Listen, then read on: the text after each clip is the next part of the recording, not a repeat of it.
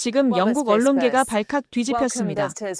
BBC 국제부 수석 제임스 핸더슨 기자가 경주 에펙 취재 후 제출한 생방송 리포트 하나가 런던을 충격에 빠뜨렸습니다.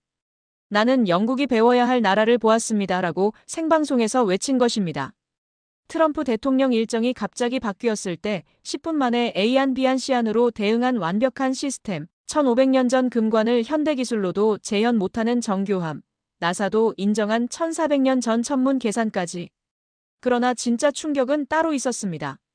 에펙 개막 이틀 전 북한이 미사일을 발사했습니다. 실제 안보 위협 속에서도 평온을 잃지 않고 일상을 지켜낸 시민들의 모습.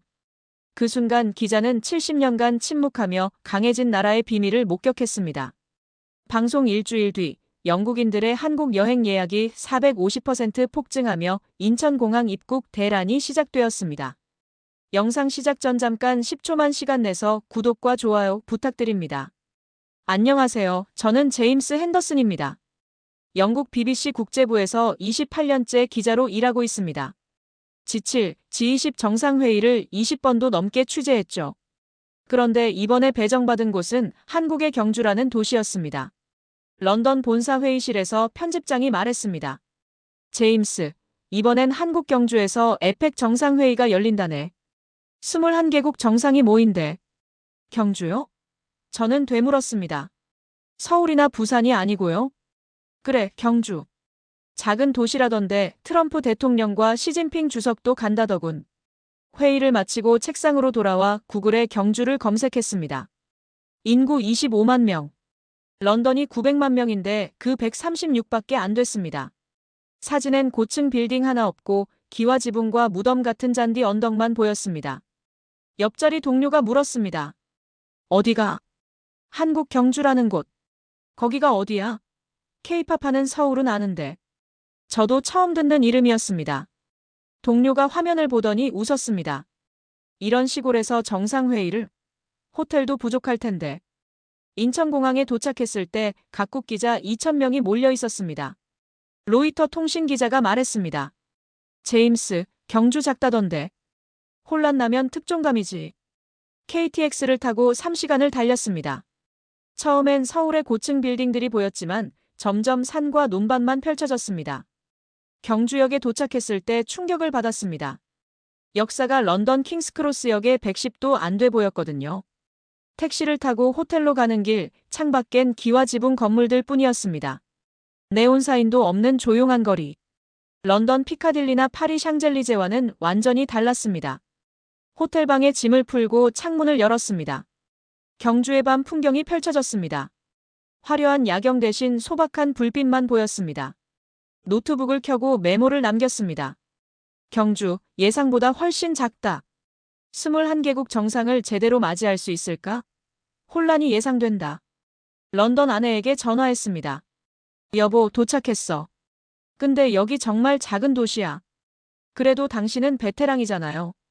잘해봐요. 전화를 끊고 침대에 누웠습니다.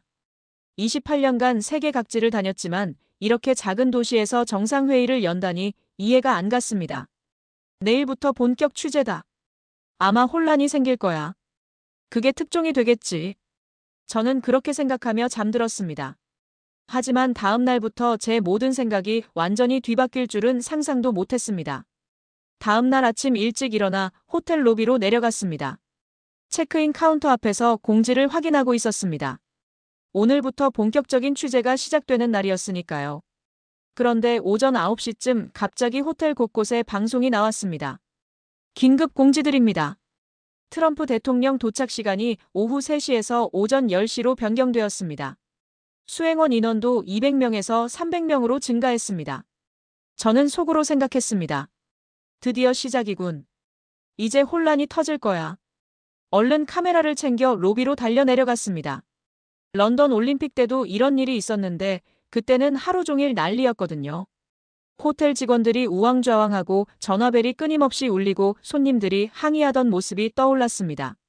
하지만 경주 호텔 로비는 이상하게도 조용했습니다. 프런트 직원들은 전혀 당황하는 기색이 없었습니다.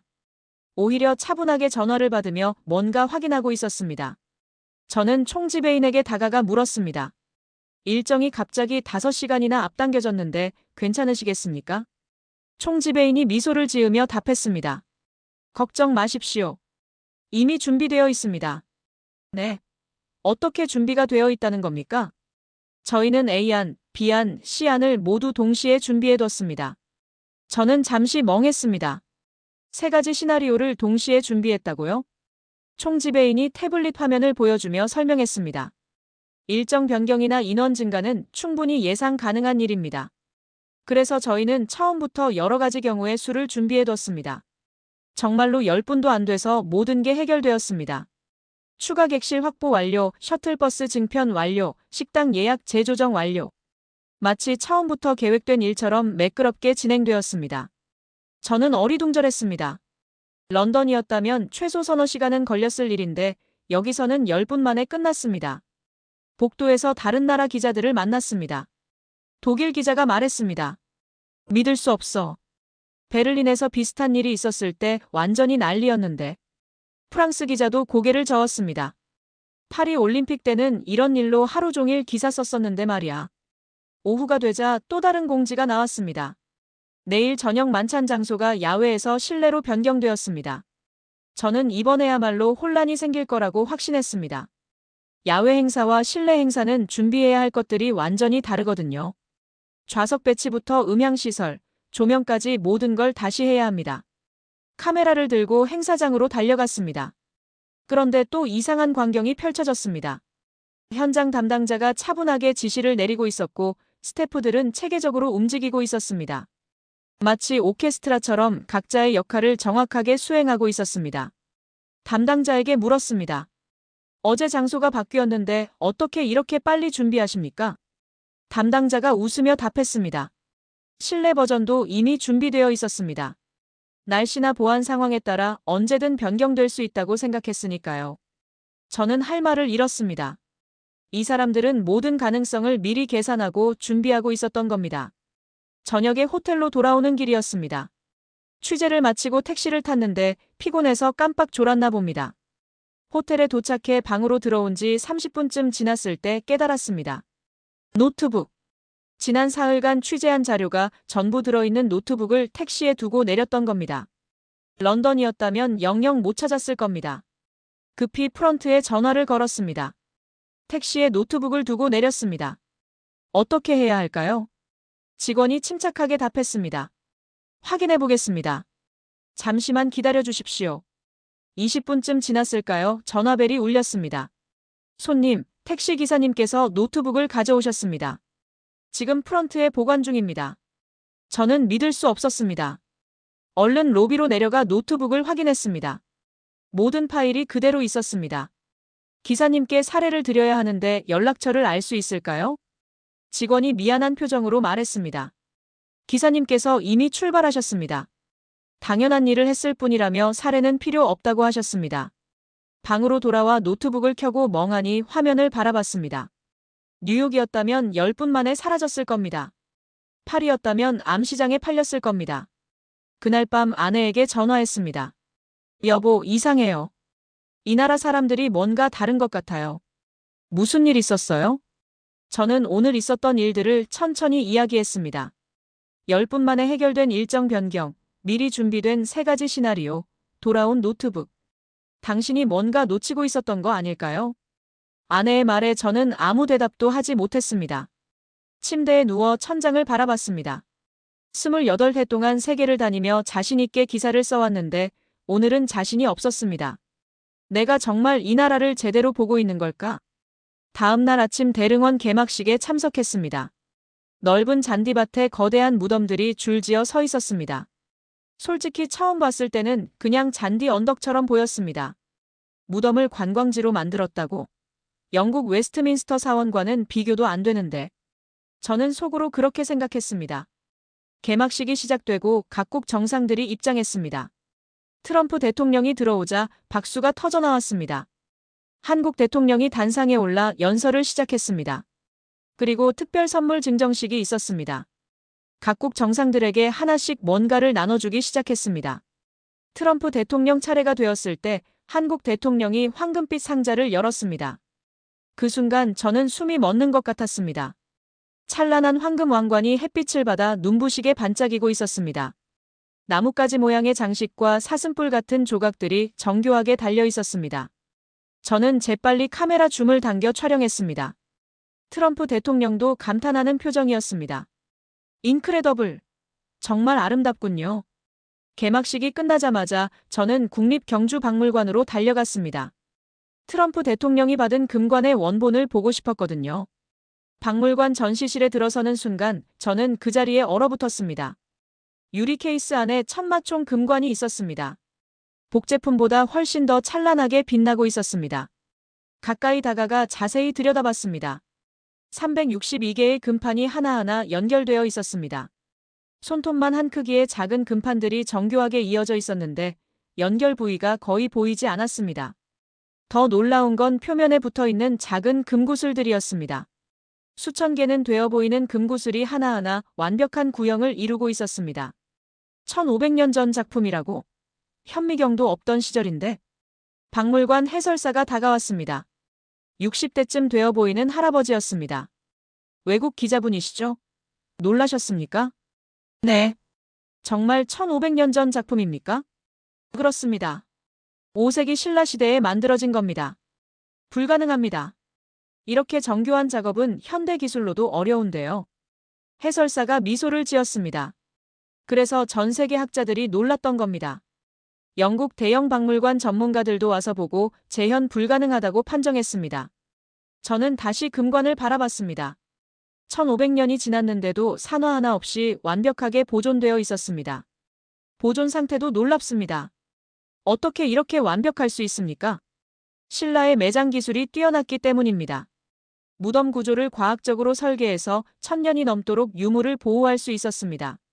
저는 벤치에 앉았습니다. 다리에 힘이 풀렸거든요. 28회 동안 세계를 다니며 수많은 유물을 봤지만 이런 충격은 처음이었습니다. 해설사가 지하 보존과학실로 저를 안내했습니다. 하얀 가운을 입은 과학자가 설명을 시작했습니다. 이 금관을 만들 때 사용된 온도는 섭씨 1064도로 추정됩니다. 오차 범위는 플러스 마이너스 2도입니다. 5세기에 그런 정밀한 온도 조절이 가능했습니까? 그게 바로 신라 기술의 놀라운 점입니다. 현대 공장에서도 이 정도 정밀도로 온도를 조절하기는 쉽지 않습니다. 저는 노트북을 열고 어제 작성했던 비판 기사 제목을 바라봤습니다. 소도시의 무모한 도전, 에펙 대혼란 예고. 마우스를 천천히 움직여 삭제 버튼을 눌렀습니다. 새로운 제목을 입력하려다 멈췄습니다. 아직은 이르다는 생각이 들었습니다. 더 봐야 했습니다. 박물관을 나오는 길에 딸 에밀리에게 사진을 보냈습니다. 금관 사진과 함께 짧은 메시지를 적었습니다. 아빠가 역사를 다시 배우고 있어. 1500년 전 기술이 지금보다 나을 수도 있다는 걸 오늘 알았단다. 택시를 타고 호텔로 돌아오는 길 기사님께 물었습니다. 경주분이십니까? 네, 태어나서 지금까지 여기서 살았습니다. 경주가 자랑스러우시겠습니다. 기사님이 백미러로 저를 보며 웃었습니다. 당연하죠. 우리 조상님들이 얼마나 대단하셨는지 아십니까? 1000년도 넘은 기술을 지금 사람들도 못 따라 하잖아요. 정말 그렇습니다. 오늘 금관을 보고 깜짝 놀랐습니다. 금관만 놀라운 게 아닙니다. 첨성대도 보셨습니까? 거기도 대단합니다. 첨성대요? 천문대입니다. 1400년 전에 만든 건데 지금도 그 원리를 다 못 밝혀냈대요. 저는 귀가 번쩍 뛰었습니다. 내일은 첨성대를 꼭 가봐야겠다고 생각했습니다. 호텔방으로 돌아와 노트북을 열었습니다. 오늘 촬영한 금관 사진들을 하나씩 확인했습니다. 사진을 볼수록 감탄이 나왔습니다. 런던 아내에게 전화를 걸었습니다. 여보, 오늘 정말 놀라운 걸 봤소. 무엇을요? 1500년 전에 만든 금관인데 현대 기술로도 재현이 불가능하대요. 대형 박물관 전문가들도 인정했답니다. 정말요? 그럼 당신 기사 방향이 바뀌겠네요. 아직 모르겠소.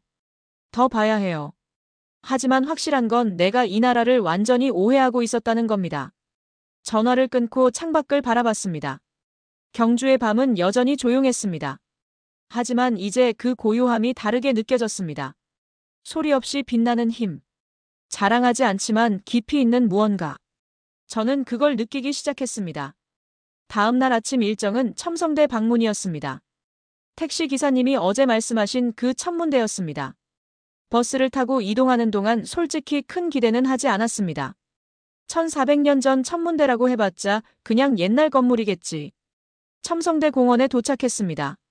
멀리서 보니 높이 9m 정도 되는 원통형 돌탑이 하늘을 향해 서 있었습니다. 생각보다 소박했습니다. 이게 천문대라고? 그냥 돌 쌓아놓은 거 아닌가? 옆에 있던 프랑스 기자도 고개를 갸웃거리고 있었습니다. 독일 기자는 아예 시큰둥한 표정이었습니다. 그때 한 분이 우리를 맞이했습니다. 고려대학교 천문학과 김민수 교수라고 소개했습니다. 안녕하십니까, 여러분. 오늘 첨성대에 대해 설명드리겠습니다. 교수님이 태블릿을 꺼냈습니다. 여러분, 이 첨성대는 7세기에 만들어진 동양에서 가장 오래된 천문대입니다. 하지만 단순한 천문대가 아닙니다. 화면에 첨성대 3차원 스캔 이미지가 떠올랐습니다. 미국 항공우주국과 우리 대학이 공동으로 연구했습니다. 놀라운 사실들이 밝혀졌습니다. 저는 앞으로 몸을 기울였습니다. 나사라니 갑자기 흥미가 생겼습니다. 첨성대를 구성하는 돌이 정확히 362개입니다. 독일 기자가 질문했습니다. 그게 우연 아닙니까? 그렇게 생각할 수도 있습니다. 하지만 다음을 보시죠. 교수님이 화면을 넘겼습니다. 천문 시뮬레이션 영상이었습니다. 첨성대의 축선이 동지와 하지의 일출 방향과 정확히 일치합니다. 최신 천문 소프트웨어로 검증한 결과입니다. 1400년 전에 어떻게 이런 계산이 가능했습니까? 제가 물었습니다. 정말 믿기지 않았거든요. 신라인들은 수백 년간 천문 관측 데이터를 축적했습니다. 오늘날 빅데이터 분석과 비슷한 방식입니다. 오랜 시간 별의 움직임을 기록하고 패턴을 찾아낸 겁니다. 영국 타임스 기자가 손을 들었습니다. 실제로 작동했습니까? 물론입니다. 신라는 첨성대를 통해 농사 시기를 정했고 국가 행사를 계획했습니다. 국가 운영의 핵심 시설이었습니다. 교수님이 계속 설명했습니다. 더 놀라운 게 있습니다.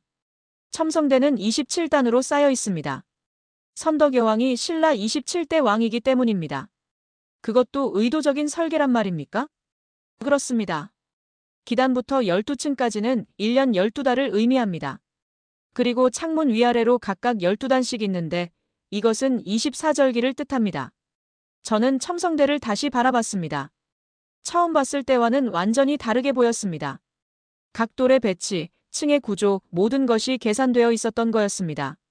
첨성대 내부도 특별합니다. 특정 위치에서 소리를 내면 증폭되어 멀리 전달됩니다. 교수님이 첨성대 가까이 다가가 작은 종을 울렸습니다. 그 소리가 첨성대 안에서 울려 퍼지더니 멀리까지 전달되었습니다. 나사 연구팀도 이 음향 효과에 놀랐습니다. 현대 음향학으로도 설명하기 어려운 정밀함이라고 평가했습니다. 프랑스 기자가 감탄하며 말했습니다. 믿을 수 없군요. 1400년 전에 이런 게 가능했다니. 교수님이 마지막 자료를 보여줬습니다. 첨성대는 내진 설계까지 되어 있습니다. 돌과 돌 사이에 미세한 유격이 있어서 지진이 와도 충격을 흡수합니다. 1400년 동안 수많은 지진을 견뎌온 비결입니다. 저는 노트에 메모를 하다가 손을 멈췄습니다. 어제 금관에서 받은 충격보다 더 컸습니다. 1400년 전의 빅데이터 분석, 천문 계산, 음향 설계, 내진 설계까지. 설명이 끝나고 교수님께 다가가 개인적으로 질문했습니다. 교수님, 나사가 정말 이것을 검증했습니까? 네, 2019년에 공동 연구 논문을 발표했습니다. 원하시면 논문 파일을 보내드리겠습니다. 부탁드립니다. 교수님이 제 이메일로 논문을 보내주셨습니다. 영어로 된 나사 공식 논문이었습니다. 호텔로 돌아오는 버스 안에서 독일 기자 한스가 말했습니다. 제임스, 믿어지나? 우리가 한국을 너무 몰랐던 것 같아. 나도 그래. K-팝이나 삼성만 알았지 이런 역사가 있는 줄 몰랐어. 저도 마찬가지였습니다. 28해 동안 세계를 다녔지만 이런 경험은 처음이었습니다. 방으로 돌아와 노트북을 열었습니다. 나사 논문을 천천히 읽기 시작했습니다. 전문 용어들이 많았지만 결론은 명확했습니다. 첨성대는 7세기 과학기술의 집약체. 현대 천문학으로 분석해도 놀라운 정밀도. 저녁에 아내에게 전화했습니다. 여보, 오늘은 더 놀라운 걸 봤소. 어제 금관보다 더요. 1400년 전에 만든 천문대인데 나사가 검증했대요. 동지와 하지 계산이 정확하고 음향 설계까지 되어 있답니다. 그럼 당신 이제 기사를 어떻게 쓸 거예요? 저는 잠시 침묵했습니다. 모르겠소. 내가 이 나라를 완전히 잘못 봤어요.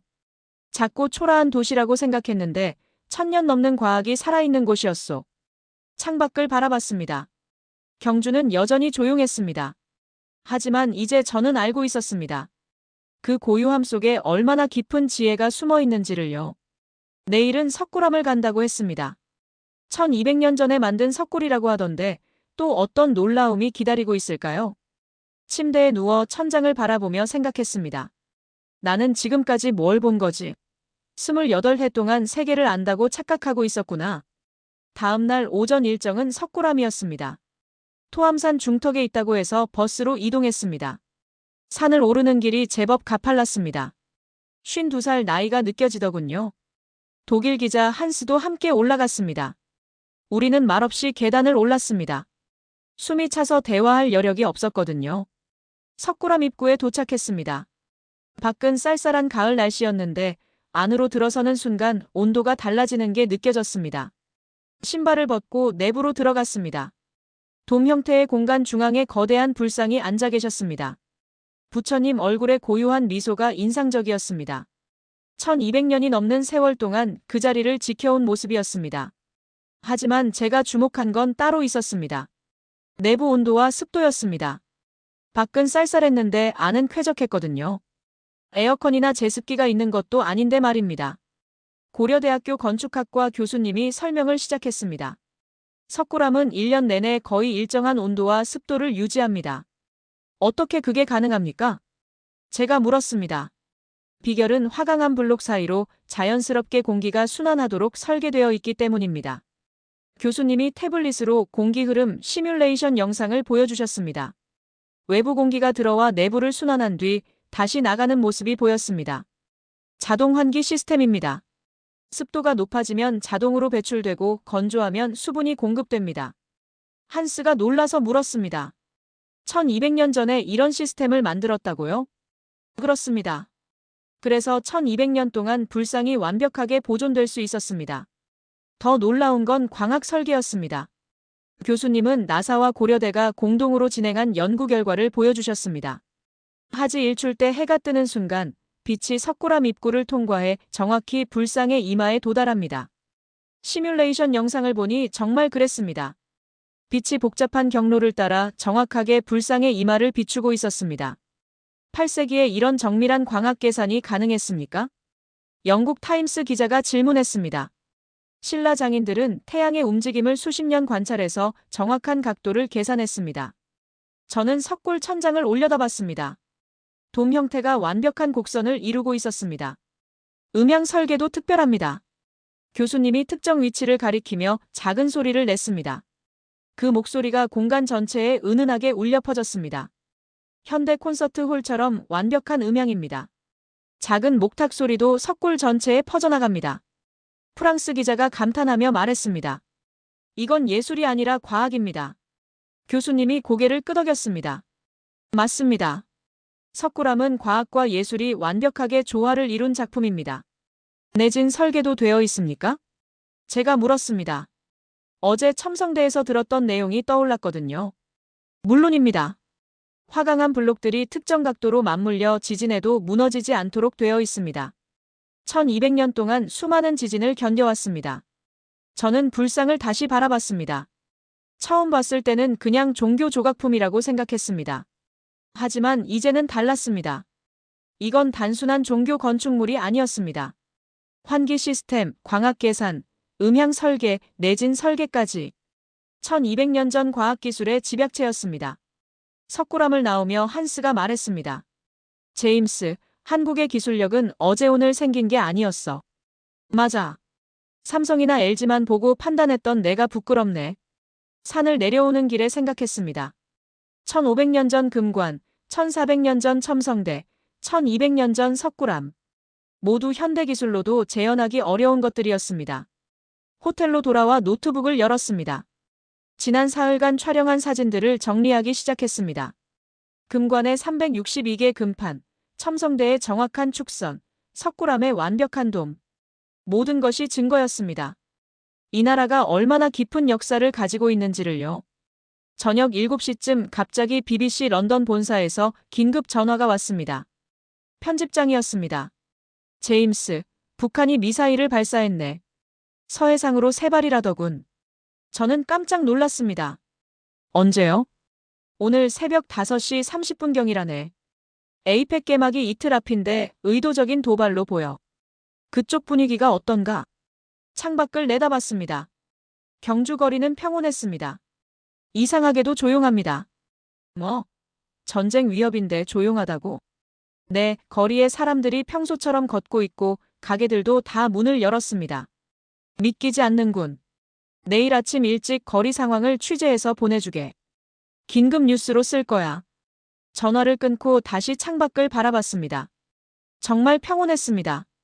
런던이었다면 벌써 난리가 났을 텐데요. 한스에게 전화를 걸었습니다. 북한 미사일 소식 들었나? 응, 방금 베를린 본사에서 전화 왔어. 그런데 여기 너무 조용해서 이상해. 나도 그래. 내일 아침 일찍 거리 상황을 취재하러 나가야겠어. 나도 같이 가지. 침대에 누워 천장을 바라봤습니다. 북한 미사일 발사라는 실제 위협 상황. 내일 아침 경주 시민들은 어떤 반응을 보일까요? 패닉 상태일까요? 아니면 또 다른 모습을 보여줄까요? 저는 알람을 새벽 6시로 맞추고 잠이 들었습니다. 내일이 정말 중요한 하루가 될 것 같았습니다. 새벽 6시 알람이 울렸습니다. 서둘러 씻고 카메라를 챙겨 로비로 내려갔습니다. 한스가 이미 와 있었습니다. 제임스, 준비됐나? 응, 가보자고. 호텔 밖으로 나왔습니다. 새벽 공기가 차가웠습니다. 우리는 긴장한 표정으로 거리를 걸었습니다. 그런데 이상한 광경이 펼쳐졌습니다. 출근하는 사람들이 평소처럼 걸어가고 있었습니다. 카페는 문을 열었고 식당에서는 아침 장사가 한창이었습니다. 이상하지 않나? 한스가 불안한 표정으로 말했습니다. 미사일 위협인데 너무 평온해. 학교 가는 학생들도 보였습니다. 교복을 입은 중학생들이 웃으며 이야기하고 있었습니다. 저는 한 카페에 들어가 커피를 주문했습니다. 주인 아주머니께 조심스럽게 물었습니다. 북한 미사일 발사 소식 들으셨습니까? 네, 아침 뉴스로 봤어요. 두렵지 않으십니까? 아주머니가 잠시 생각하더니 담담하게 답했습니다. 물론 신경 쓰이죠. 하지만 이런 일은 1년에 몇 번씩 있어요. 작년에만 10번도 넘게 있었거든요. 10번이요? 저는 놀라서 되물었습니다. 네. 70년간 이렇게 살아왔으니까요. 우리 부모님 세대도 그랬고 할아버지 세대도 그랬어요. 그럼 어떻게 일상을 유지하십니까? 멈출 수는 없잖아요. 두려워도 가게 문 열어야 하고 장사해야 하고 아이들은 학교 가야 하니까요. 그게 우리가 배운 거예요. 살아남는 법이죠. 카페를 나와 택시를 잡았습니다. 기사님께도 같은 질문을 했습니다. 북한 미사일 소식 들으셨습니까? 네, 라디오로 들었습니다. 걱정되지 않으십니까? 기사님이 백미러로 저를 보며 말했습니다. 걱정이야 되죠.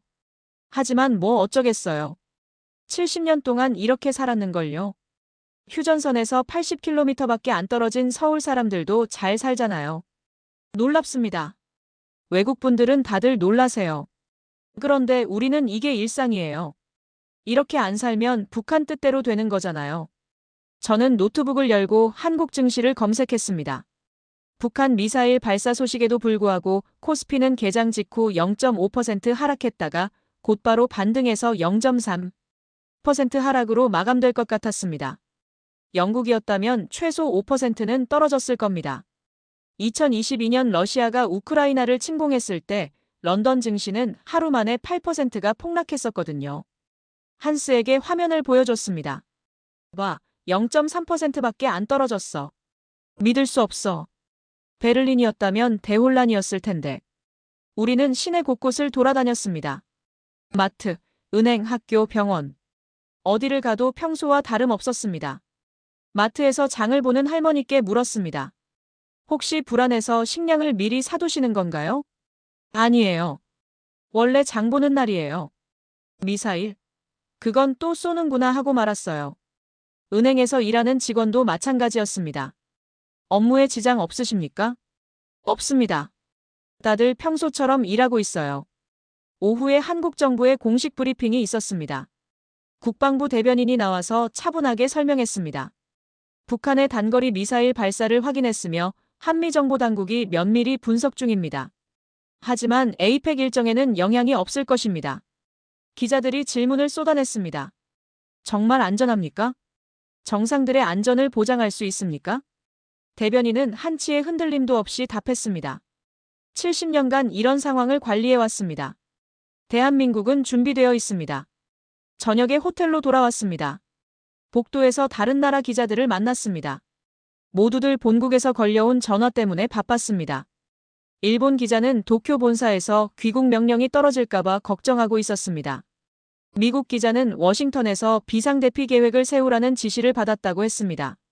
하지만 한국 정부는 흔들리지 않았습니다. 저녁 8시 청와대에서 공식 발표가 있었습니다. 에이펙 일정은 예정대로 진행합니다. 내일 저녁 개막식과 환영 만찬이 동궁과 월지에서 열립니다. 방으로 돌아와 노트북을 열었습니다. 오늘 촬영한 사진들을 정리했습니다. 평온한 거리, 웃는 학생들, 장사하는 가게들. 런던 본사에 긴급 리포트를 보냈습니다. 제목은 북한 미사일 위협 속에서도 흔들리지 않는 한국이었습니다. 아내에게 전화를 걸었습니다. 여보, 오늘 정말 놀라운 걸 봤소. 무엇을요? 북한이 미사일을 쐈는데 사람들이 평소처럼 생활하고 있어요. 학생들은 학교 가고 가게들은 장사하고 증시도 0.3%밖에 안 떨어졌어요. 정말요? 런던이었다면 난리였을 텐데. 맞아요. 70년 동안 이렇게 살아온 사람들이에요. 전쟁 위협 속에서도 일상을 지키는 거죠. 그럼 당신 기사가 완전히 달라지겠네요. 이미 달라졌소. 처음에 계획했던 비판 기사는 쓸 수가 없어요. 내가 본 건 완전히 다른 나라였으니까요. 창밖을 바라봤습니다. 경주는 여전히 평온했습니다. 미사일 위협이 있었던 날이었지만 도시는 흔들리지 않았습니다. 저는 깨달았습니다. 진정한 강함이 무엇인지를요. 큰 소리로 외치는 게 아니라 조용히 일상을 지키는 것. 두려움 속에서도 무너지지 않는 것. 70년간 위협과 함께 살면서도 희망을 잃지 않는 것. 이것이 대한민국이었습니다. 내일은 드디어 개막식입니다. 동궁과 월지에서 환영 만찬이 열린다고 합니다. 과연 어떤 모습을 보게 될까요? 침대에 누워 천장을 바라보며 생각했습니다. 일주일 전 경주역에 처음 도착했을 때가 떠올랐습니다. 작고 초라한 도시라고 무시했던 제 모습이요. 하지만 지금은 알고 있습니다. 이 도시가, 이 나라가 얼마나 깊고 강한 곳인지를요. 다음 날 저녁 드디어 개막 만찬 시간이 되었습니다. 전용 버스가 우리를 동궁과 월지로 데려갔습니다. 해가 지기 시작하는 시각이었습니다. 버스 안 분위기는 묘했습니다. 북한 위협에 대한 불안과 행사에 대한 기대감이 섞여 있었습니다. 모두들 창밖을 바라보며 말이 없었습니다. 입구에 도착하자 한국 전통 음악이 들려왔습니다. 가야금과 대금 소리가 어우러져 묘한 분위기를 만들어냈습니다. 멀리서 호수가 보였습니다. 그리고 고대 건축물들이 조명을 받고 있었습니다. 안내를 따라 천천히 걸어 들어갔습니다. 넓은 호수 주변으로 테이블들이 준비되어 있었습니다. 각국 국기가 세워져 있었고 정교한 이름표가 놓여 있었습니다. 테이블마다 한국 전통 문양이 새겨진 식기들이 놓여 있었습니다. 해가 완전히 지고 조명이 하나둘 켜지기 시작했습니다. 그 순간 저는 숨이 멎는 것 같았습니다. 호수에 불빛이 반사되면서 환상적인 풍경이 펼쳐졌습니다. 1300년 전 신라 왕실의 정원이 현대의 조명 기술과 만나 마법 같은 공간을 만들어냈습니다. 저는 한동안 말을 잇고 그 광경을 바라봤습니다. 28해 동안 세계를 다니며 수많은 국제 행사를 취재했지만 이런 아름다움은 처음이었습니다. 파리 베르사유 궁전도 런던 버킹엄 궁전도 도쿄 황궁도 이런 고요한 장엄함은 없었습니다. 각국 정상들이 속속 도착하기 시작했습니다. 트럼프 대통령이 입장하자 박수가 터져나왔습니다. 시진핑 주석, 일본 총리, 캐나다 총리까지 모두가 주변 풍경에 감탄하고 있었습니다. 한국 대통령이 단상에 올랐습니다. 그의 첫마디가 인상적이었습니다. 존경하는 각국 정상 여러분, 경주에 오신 것을 환영합니다. 청중이 조용해졌습니다. 오늘 아침 여러분은 불안하셨을 겁니다.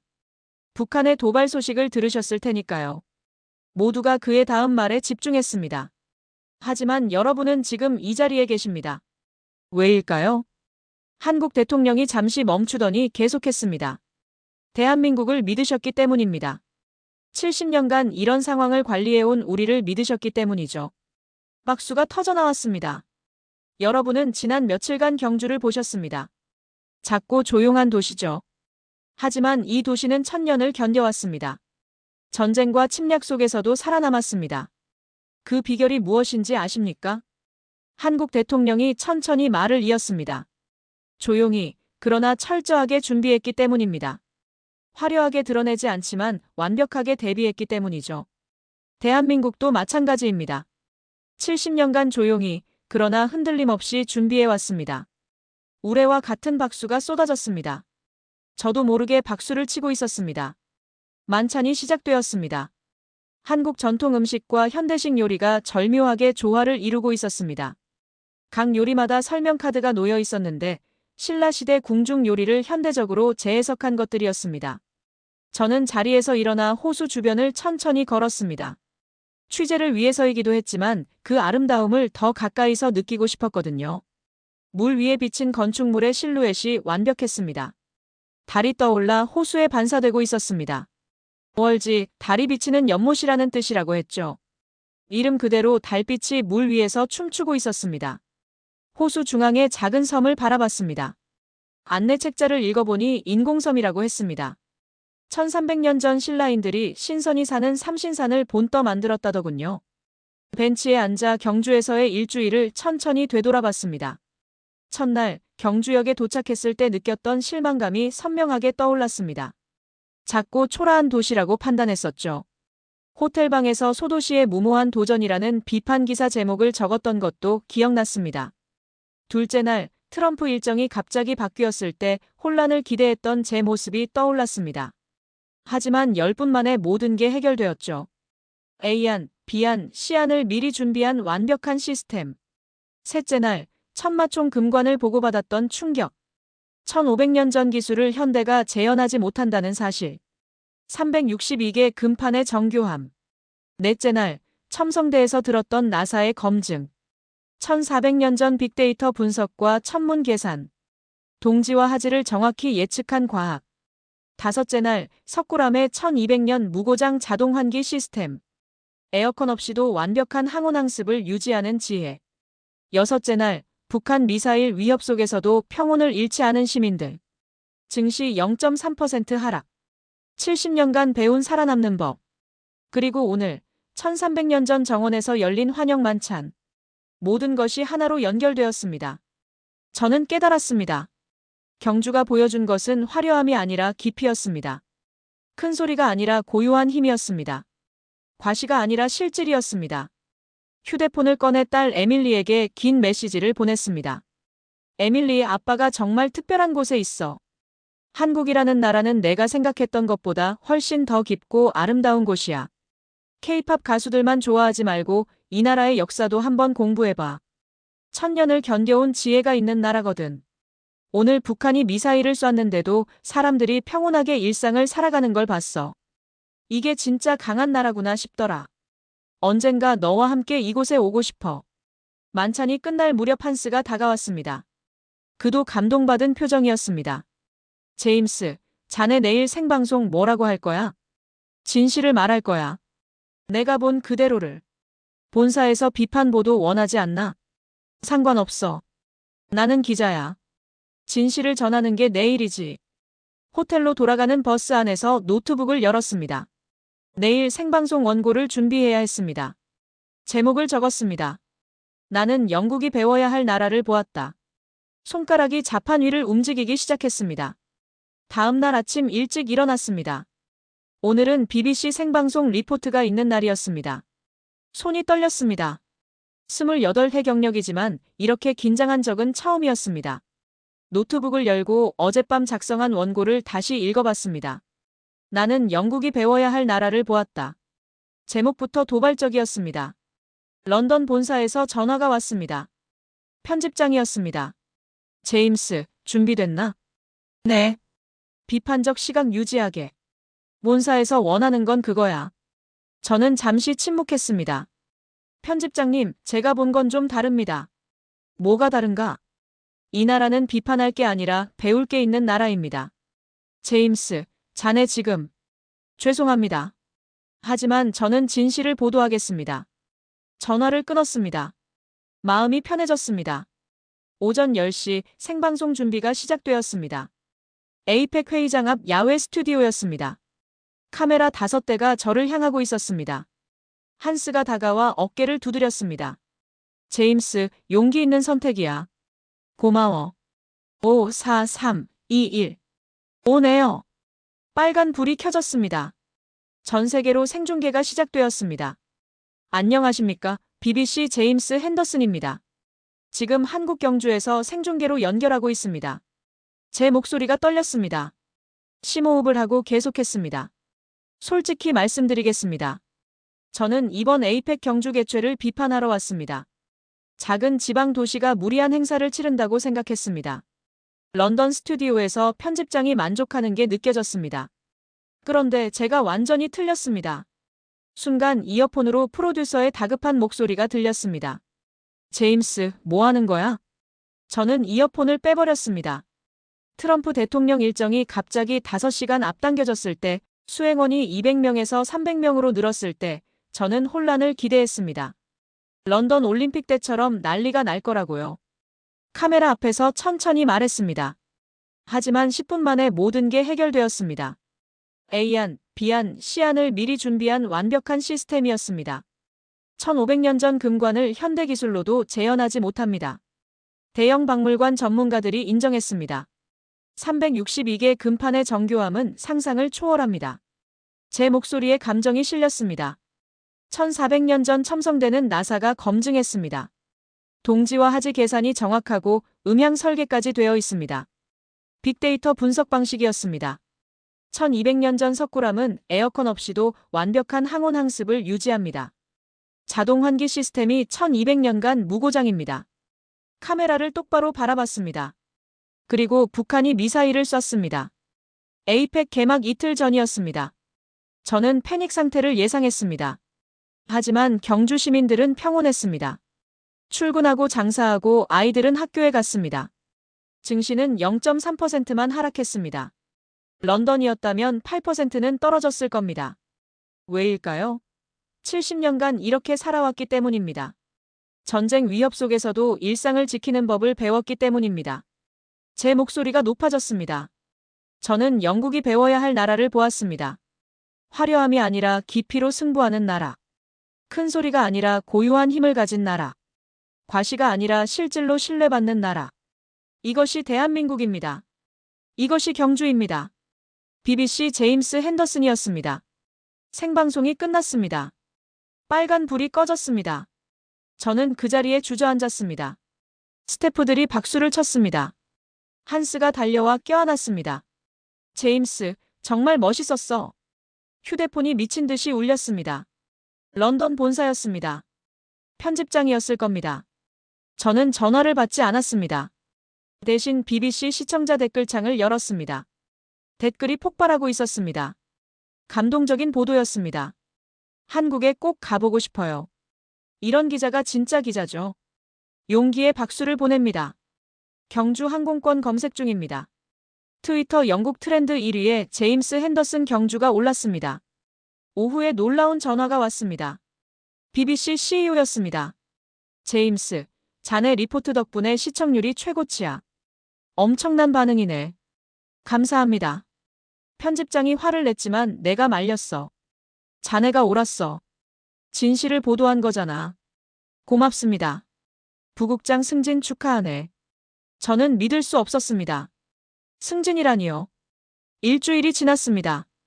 영국 주요 언론들이 경주 특집 기사를 쏟아냈습니다. 가디언, 텔레그래프, 인디펜던트 모두 경주를 다뤘습니다. 더 놀라운 건 여행 예약이었습니다.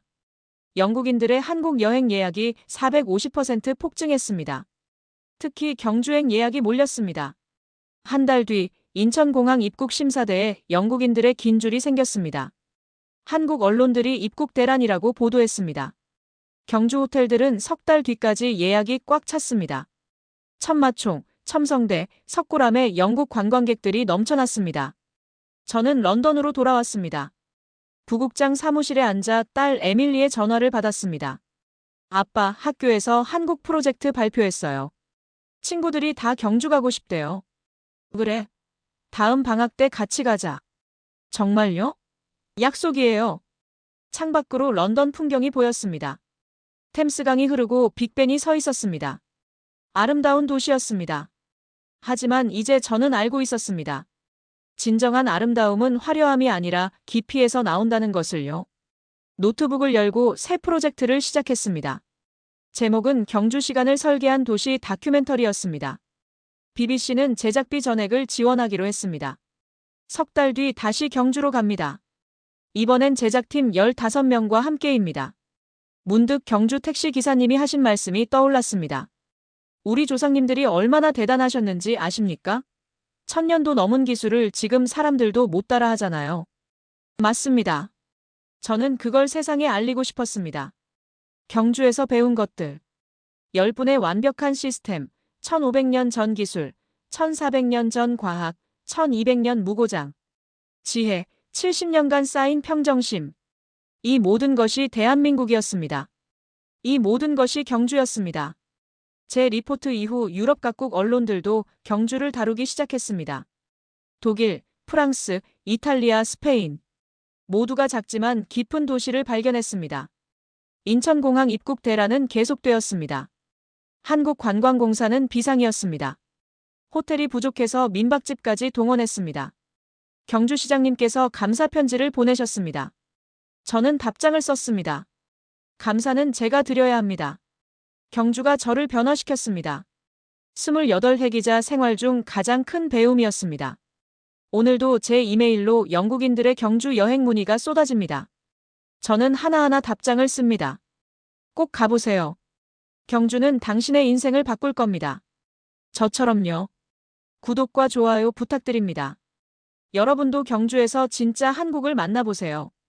천년의 지혜가 여러분을 기다리고 있습니다. 감사합니다.